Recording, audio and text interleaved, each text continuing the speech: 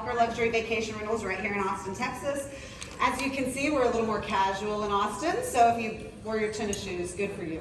I want to introduce you to our panel, and then I'm going to actually ask you guys, it'll be faster if you say where you're from and kind of your, just a quick of what you do would be really helpful. So first we'll start with Vero.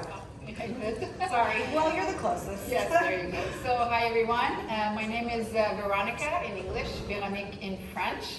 I'm the COO and co-founder of Angel Host. Angel Host is not a property management company. We give our service to property management companies. So very quickly, property management companies, what they do, the two main areas that they do is the on-site, on-the-ground guest experience part of the business and the rental part of the business. So we help them with the rental part of the business. We manage 500 properties in 7 different countries because we are the remote team of the property management companies we work with. And where do you live? Montreal, Canada. So yes, Angel Host is based in Canada. Okay, another friend and colleague, Vince. Vince Perez, partner at Beach House Rentals in California. We have 100 properties under STR. Been in the business now for about 14 years. Prior to that, I was in technology, and prior to that, I was in the hotel business. So I think given the inflection point that we're at, this is a really timely conversation for where we're going. Erin? My name is Erin. I live mostly in North Carolina and manage in 4 states and 5 regions. I have a boutique portfolio of short-term rentals, and I've been doing this since 2014. Adi? Hi everyone, my name is Ari. I've been in the short-term rental space as a property manager for over 14 years. In the past 2 years, I've formed Extend Team. We provide dedicated staffing, anything that could be done remotely, to over 90 short-term rental companies, as well as some of the vendors in the short-term rental ecosystem. And where do you live? I live in Los Angeles, California. And Erin, did you say where you live? I did mostly North Carolina. Okay. And then we've got Edie. Hi everyone, my name is Edie Malcolm. I work for Safely. I live in St. Petersburg, Florida. Safely is based out of Atlanta, and I just moved to St. Petersburg recently. But Safely answers 2 questions. 1, who is staying in my property? And 2, what happens if something goes wrong? So we provide comprehensive insurance for the guests that are staying in the properties during that stay. Thank you. So we're gonna have a lot of people trickling in because they did back-to-back sessions. But right now we would really like to get a feel for who is in the room with us. So can you raise your hand if you're a property management company? Okay. And then raise your hand if you are an individual investor of vacation rentals. Okay. Well, that seems pretty evenly split. Raise your hand if you're both. Okay, that might be why it was evenly split. Okay, for people who are very, very new to the industry, let's say like 2 years or less, can you raise your hand? And then people who have been in the industry longer.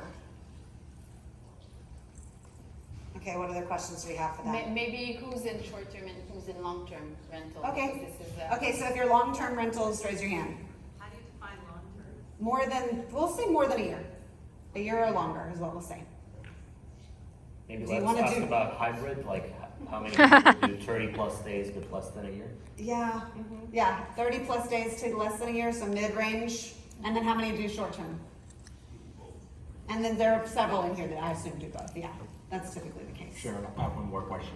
Sure. 5 years or more in the industry? Great, Right. thank you. Okay. Well, the reason why we wanted to get an idea for who you are is because we need to know what we're speaking to as far as the level of information that we're providing you with. And so we're just trying to get a better feel for what's going to be most beneficial to you. So we're going to start off by talking about channel management. And first, what we'd like to do is just do a very minor overview of what channel management is. So would you be willing to do a quick overview? Sure. Okay. So channel management, especially for those that are really into long-term right now and are thinking maybe I should take some of my properties and put some part of it on short-term. Short-term rental is definitely a different business model than long-term rental, starting by where do I promote those properties and where do I get clients for short-term rental, which comes the channels. There's many channels where we can put the properties in. The four big ones are Airbnb, Booking.com, VRBO, and Expedia. Then you have many other ones such as TripAdvisor and so on and so forth. So one of the questions, I see that there's a lot of people that have been in the industry for more than 5 years, so most of you know what a PMS is. But in order to distribute your properties on different channels efficiently, you of course need a PMS and sometimes a channel manager so that everything is synced. So the calendar, the rates, the guest communication is all centralized in your PMS. So this is the basis of channel management. If you don't have a PMS, if you don't have a channel manager, you're in big trouble because then you have to log in all of these platforms differently. Now, to optimize, and that's the whole idea here, how do I optimize my channel management? You have to optimize each one of them. They are each very, very different. You want to use every single field that each channel offers you. And you have to constantly look at your KPIs. At Angel Host, that's what we do. So we look at the KPIs, the performance report on a regular basis to see, okay, we didn't get a reservation in the last 14 days, we need to tweak some things. Sometimes it's the rate, but sometimes it's also the channel itself, the picture size, not the size, but the picture order and things like that.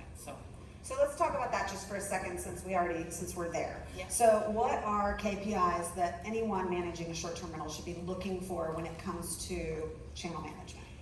In our case, we look at two main KPIs. The KPIs provided by the channels themselves and our own KPIs. So KPIs provided by the channels themselves. Airbnb provides good KPIs on how often do you rank on the first page when people are searching for a property that corresponds to your property. Also, how many times people click on your property and how many people click and book your property. So you want to look at that regularly. If people are clicking on your property but nobody's booking, well, maybe your listing is beautiful, but obviously your rate is wrong, or maybe your calendar is not good. Well, if your calendar is not available, you wouldn't be in the first place. But those are all the things that we have to look at. Is the calendar available? What are the rates? And what is the click rate? VRBO, Booking.com also provides such KPIs. Now, when I say that we also look at our own KPIs, is that we regularly look at what I was saying before, what is the booking velocity? If we are used to getting reservations on a weekly basis, and then we haven't had reservations in the last 14 days or in the last 30 days, well, that really is a red flag, so we have to act on it. So those are the type of KPIs given by the channels, and you should definitely have your own KPIs. And the problem in the industry today is that people are so busy with their day-to-day operations that they don't take the time to sit down and look at those KPIs, or they look at them twice a year. That's not good enough. You have to look at your KPIs on a weekly basis, ideally on a daily basis, but if not on a weekly basis, to be able to adjust your listings and rate strategy. So this is all about optimizing revenue, obviously. Yes, exactly. And making sure that your listings are working for you, your channel management is working for you the way that you want it to.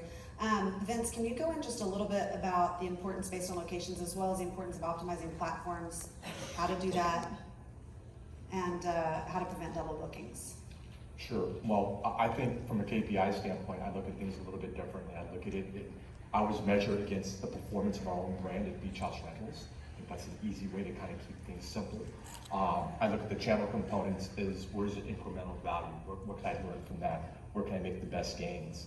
Relative to how you manage it against double bookings, that's the whole point, right? When you look at the channel management component, it gives you access to all the distribution out there. So I think the thing that I would highly recommend is you need to understand the cohort, the persona that you're bringing into your business, because that's the most critical element, I think, when you're looking at the channel management side, because then you can really, you're spending less time managing. That's another KPI that I would put, which is how much time does my team have to put into managing this thing? Right? That's a big drain. That's one of the biggest drains. And going forward, you really need to make sure you know how to optimize for that. So when we look at it from that point of the world, we want to make sure that every distribution we're touching is performing well for us. And again, measuring it against our brand. And the way you avoid the double bookings is by making sure you're finding the right cohorts that fit your brand. So for us, it's going to be family, groups, etc. That's the perfect sweet spot for us. So that eliminates, when I look at the channel management world, the distribution world, since the pandemic, it's changed immensely. Right? In what ways? There's a ton of capital. Look at this road. Yeah. There's a ton of capital flowing into this market. Sharon, you've been around long enough too. We've seen this movie, right? It's the greatest opportunity for growth because you've got a lot of OTAs that are flush with capital that they want to perform. They want to outperform.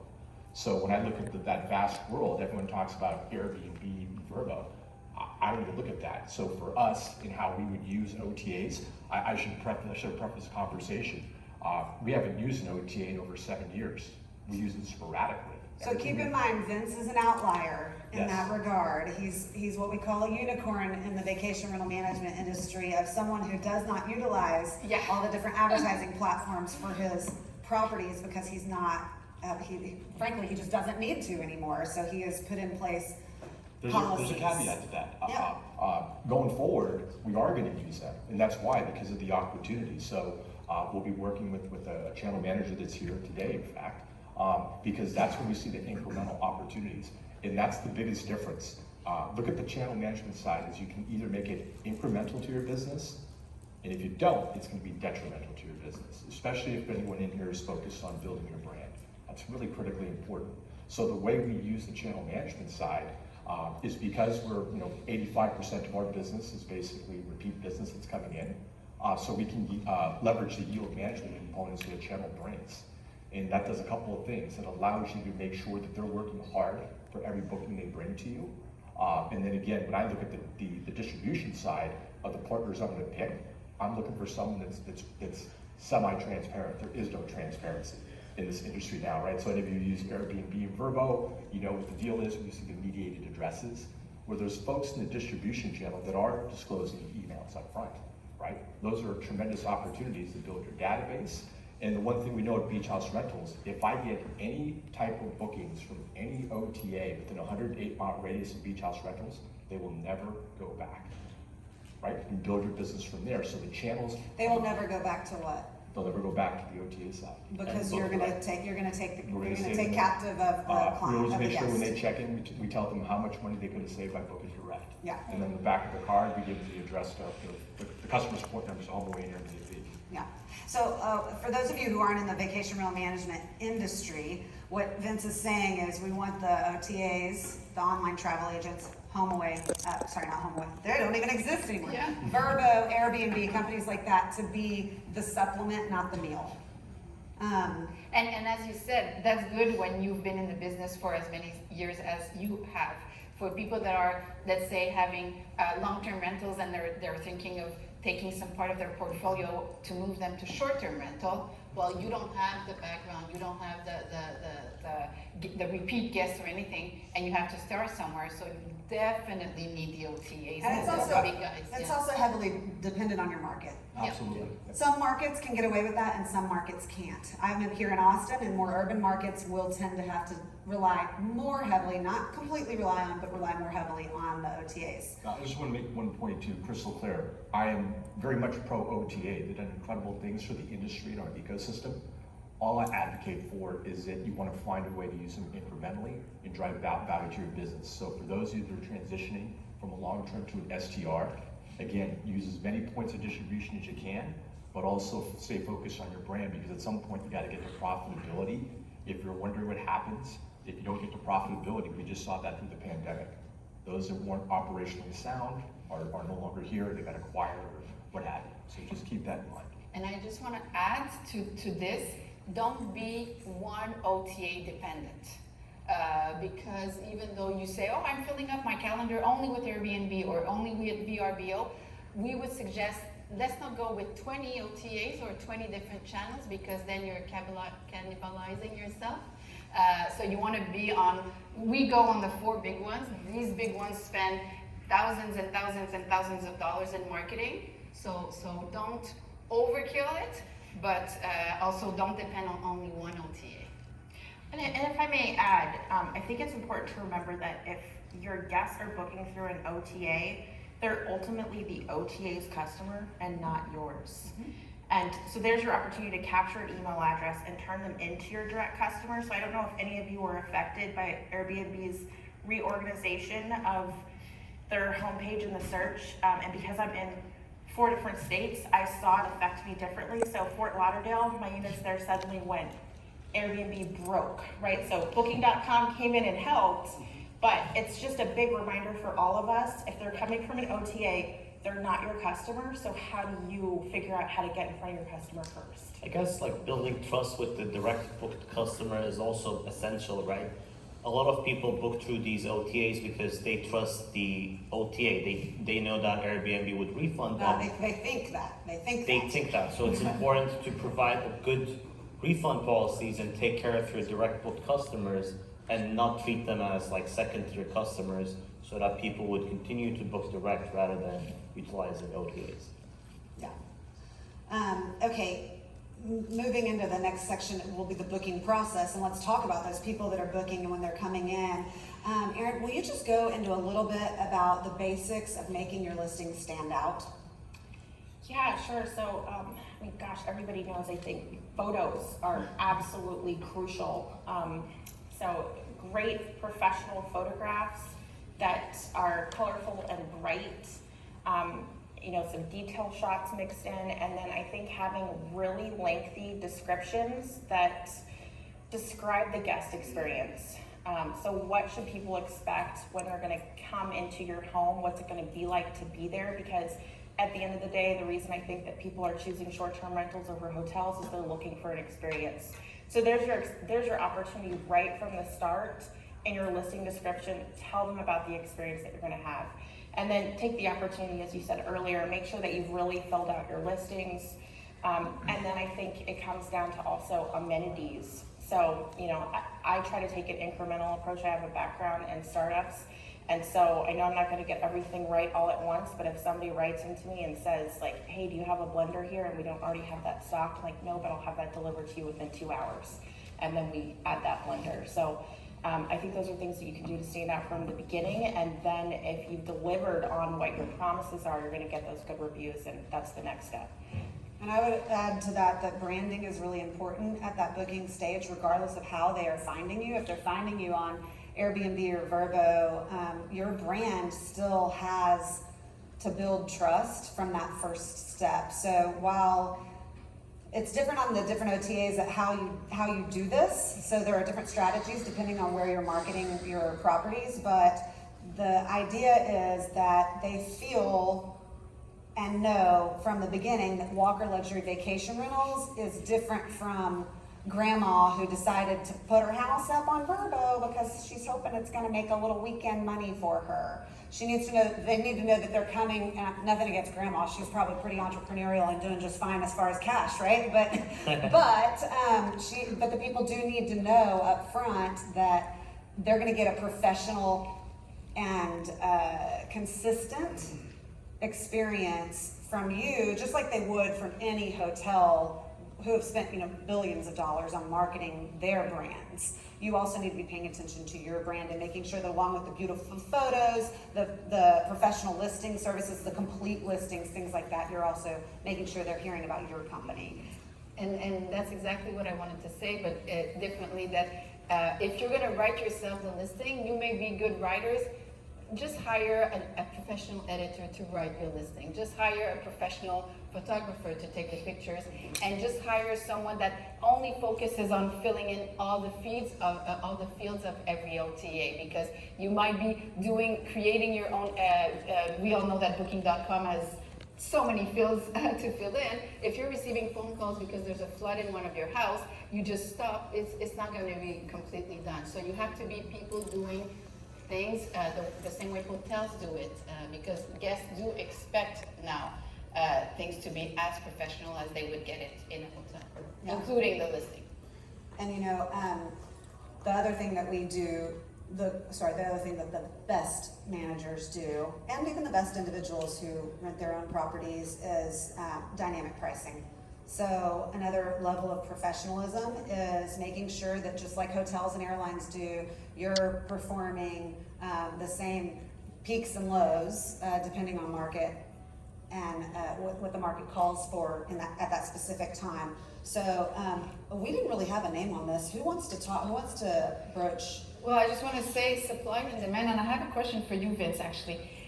Supply and demand, dynamic pricing. So the way to have the right rate on the right time, on the right days, and your rates fluctuate like hotels and airlines do, is because you're basing yourself on market demand, right? So supply and demand. How do you do it if you rely only on your own reservations? How do you compare yourself with the market? Very straightforward, just hire an intern, right? A really smart data science intern. There's a lot of freely available data out there that helps you fill out the yields. As we all know in this industry, there is not a demand problem. There's plenty of demand. There's a really big supply problem in this industry. That's why you probably have a lot of investors here, right, trying to figure this thing out. So for us, as hiring an intern, the freely available data is really different than a lot of these folks already tap into. Right? So I already know what my fill dates and my yields would look like just by going to my local CVB to see where the pressure is coming from. Okay. And I also have great relationships with our quote unquote competitors in our area. Okay. So we're able to see at a 30,000 foot level at any given time within our marketplace what the yields are going to look like. And that does a number of things for the business as you start scaling it. So we use I it have for yet to find an dynamic intern pricing. that good. Yeah, that's it, exactly. Okay, so in our business, I will send you our intern class that we do. our It's just people. I couldn't- Well, so one of the things I thought you were going to say, which you'll agree with as soon as I say it, is your own cyclical history is so valuable. That's exactly Because right. his history is the best history for his market, and the other people's history isn't going to apply to your market the same as your history is going to. And that goes, I only deal in luxury properties. The people who offer pricing statistics and data for my area aren't necessarily doing that for luxury properties, which can make a big difference, a significant difference in how I would price my properties. I have an employee that does this for us. She uses a lot of tools, and I'm sure somebody on this, I'm sure Aaron, or somebody has, y'all heard of them if you're not currently using them. We use Beyond Pricing. We don't use it as a set it and forget it. I think that that's naive. But we do use it for data. We use key data for data. We use AirDNA for data. So if you can't afford all of these programs, all this software to get more data for your market, then you can definitely interview them and pick the one that's going to assist your process the best, not do it for you. That's where people start to make mistakes, and that's where you're basically just doing what the big box companies do, and that's not who we are. If you're in the hospitality industry and you're really proud of your company and the brand and what you've created, then most of you aren't going to want to compete with the big box management companies. You're going to want to compete with the other boutique management Sharon, companies. that is a real critical point. What I would highly recommend is, again, you have your personas as a guest persona, but also figure out what your hotel persona looks like too, right? Because in our leisure destination areas, you'll have a lot of competitors in the hotel side, boutique. Figure out what that boutique is, because that'll give you indicators about where your rate should go, right? Because you're offering a higher level of value. There's a difference between, I look at hotels, a former hotel guy, as complimentary. I don't see them as in conflict with what we do. Because they're offering one bedrooms, we're offering everything beyond one bedroom, so we extend their inventory, and by the same token, we'll go ahead and make referrals to them for one bedrooms. So looking at that cohort, that persona for the hotel side, seeing where the rates are going to really help you understand where your value lies. And as Sharon said, it's going to be based on how you perceive your brand and how you're marketing that perception out there. And in addition to what Sharon said, say like you run a small portfolio of 20 units, say you don't want to buy a key data dashboard or use any of those SaaS products, right? You can always look at your booking pace report compared to the previous year. You can look at the average daily rates and see whether your calendar is filling up sooner compared to the previous year, and you can do annual applications. Yeah, for sure. Aaron, what do you use? I use Price Labs. Yeah, and I so think one of you already said this. These dynamic pricing tools are fantastic, but they're only as good as the user. And I had a really interesting conversation last night with Joe from Ohana Stay, and we were talking about Beyond versus Wheelhouse versus Price Lads. And he's like, "Look, I've used them all." He's like, "There's some Who does slight." he use now? I forget, but he seemed to think it really wasn't important because it's really just about how you, as the user, use the tool, and that fundamentally, one's not really better than the other. And I just thought that was such an important point. So when I think about, your revenue is basically a function of your occupancy times your nightly rate. So how do you affect one or both of those things at the same time? Occupancy sometimes being a function of price, but that's where your pricing tool really comes into play. And if you're using it well, you're going to make a lot more money than you would have otherwise. Yeah, just tools. They're tools in your toolbox. And then we're going to go into guest communications quickly. What are guests looking for as far as communication? What has changed since post-COVID? I hate talking about COVID. I'm so over it. But I'm going to start with what's changed. We sure are clear on our cancellation policies. We used to fly through that really quickly with guests in the booking process, and now we focus on it and we make sure they are very, very well versed, and they have heard it verbally, they've seen it visually, they've gotten it in emails, it was in their it was part of their booking process at every step of the way, so that they're very clear on what qualifies for a refund, what doesn't qualify for a refund, etc. And we were saying before that guests are more and more demanding, and they expect more professionalism in the short-term industry. Well, guest service-wise, same thing. So we provide 24/7 service, customer service, guest communication service to our guests. If you're a small property management company, that means you need to hire a lot of people in order to cover 24-hour service. So you might want to outsource that. So you have to think about it, then you have to train the people, and you have to hire the people. So that's also very time consuming.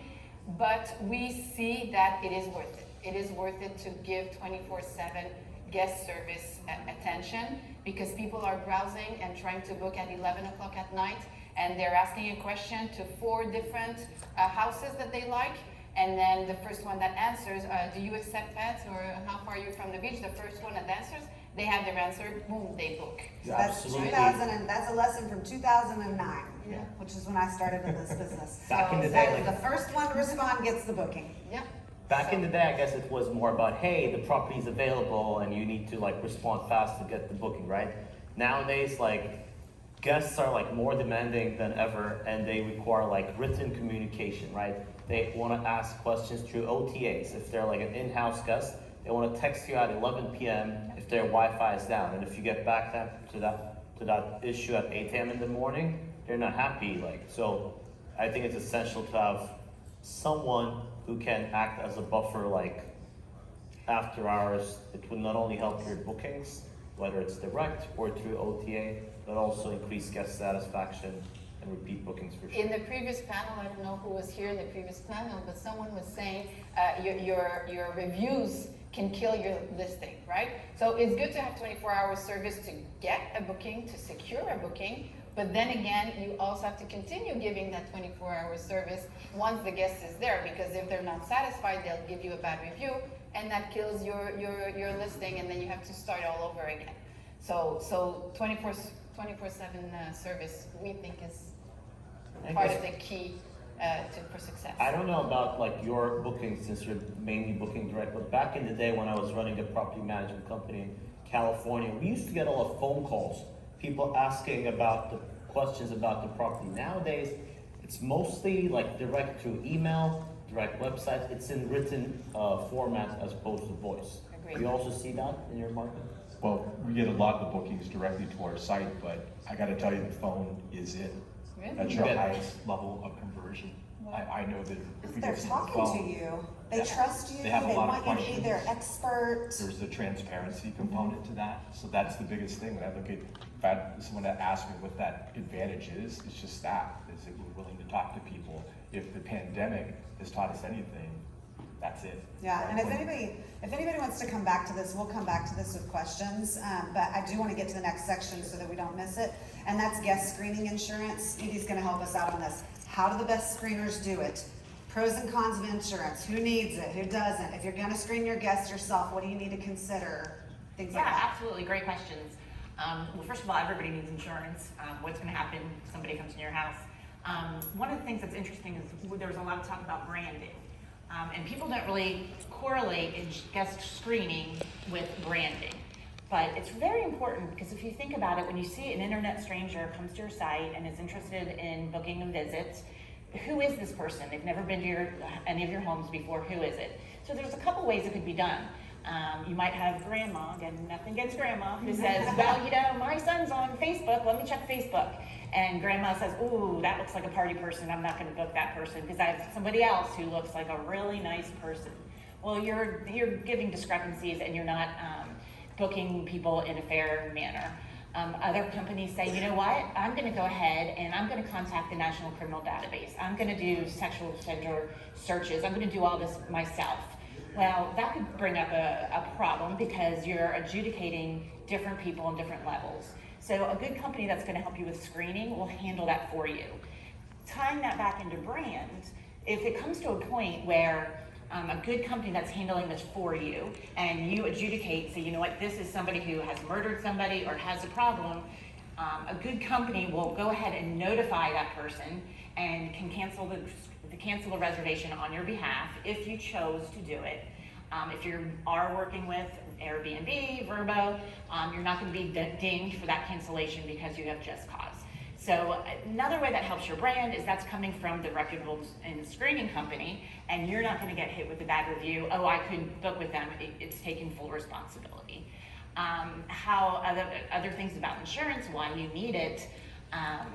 If you work with a company that's handling your short-term property, short-term reservations, when you have a guest in the property, and if something happens, whether it's accidental, if it's on purpose, you say no dogs are allowed, and you have a guest that brings in dogs and they chew up all the wood and they ruin your damage, and you're upset, you're trying to get the money to go ahead and fix the repairs, you're gonna have a guest that's gonna leave a bad review.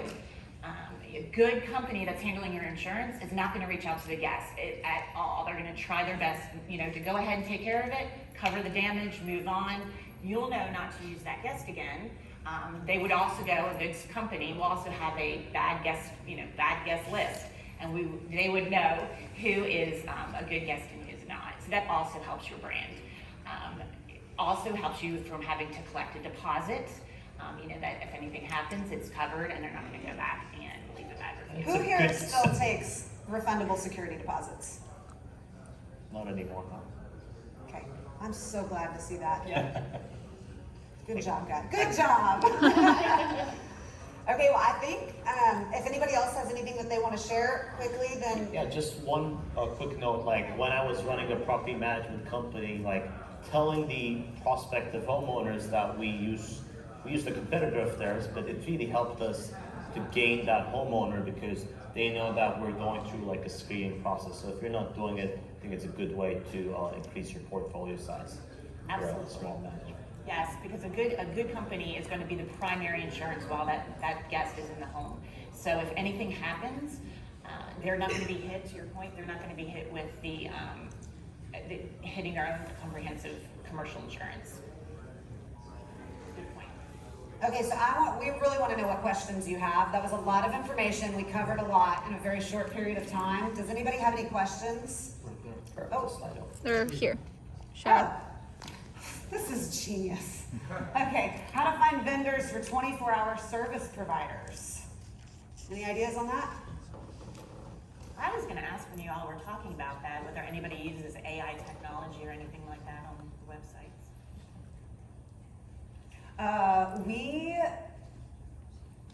If we're talking about vendors that provide 24-hour service, like, are we talking about, whoever asked that question, if you don't mind, just yelling out, or if any of you really want to know, are we talking about plumbers, or are we talking about we answer questions at 3 a.m.?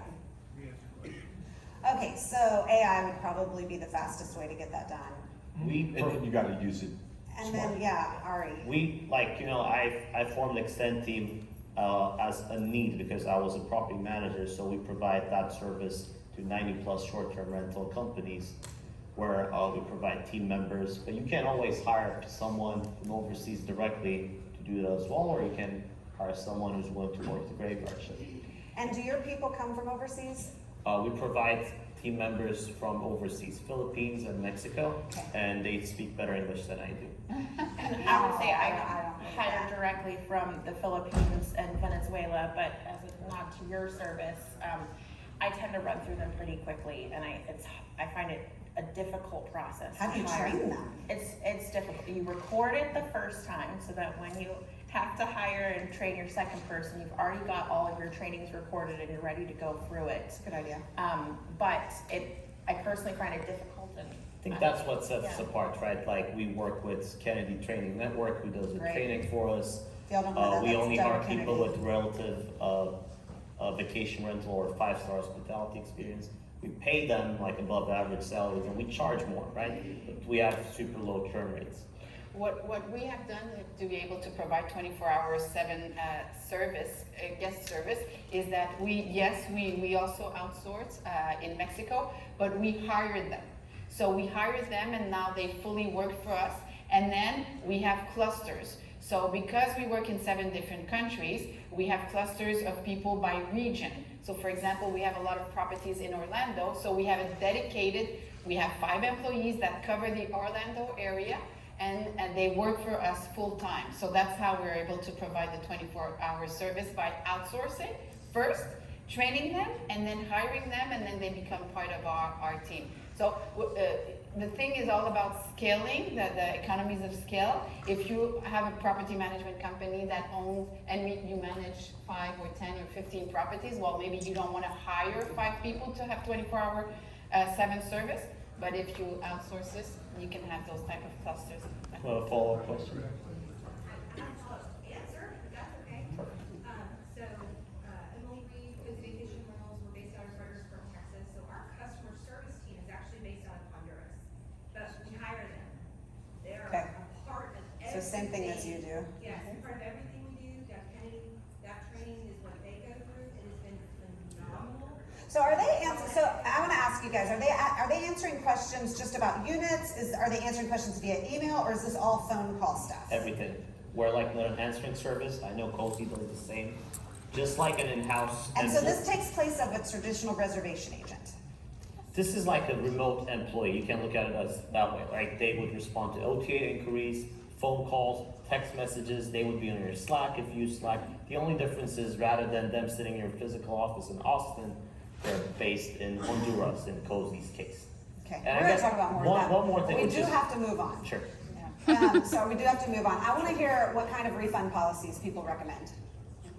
Quickly. it depends on your market and how old your listing is. I saw some interesting stat that only like 10% of hosts actually use a flexible policy. But if you're just starting, I'm talking about Airbnb, it's a good way to start getting bookings and get some reviews. And then I personally would suggest going to a moderate policy so that you're, the longer out the reservation comes in, the higher the nightly rate that you can book. And if you have people canceling on you, you're going to lose a lot of revenue, which is why I'm a big fan of the moderate 5-day notice. I personally think it's a tricky question, and once again, I think it all comes to what does the market does. Because if the rest of the market in your region goes to flexible and you stick at strict, well, people are going to book with your competitors, right? So that's the importance of getting data from the market to adjust. When COVID hit, we all went to flexible because we adjusted.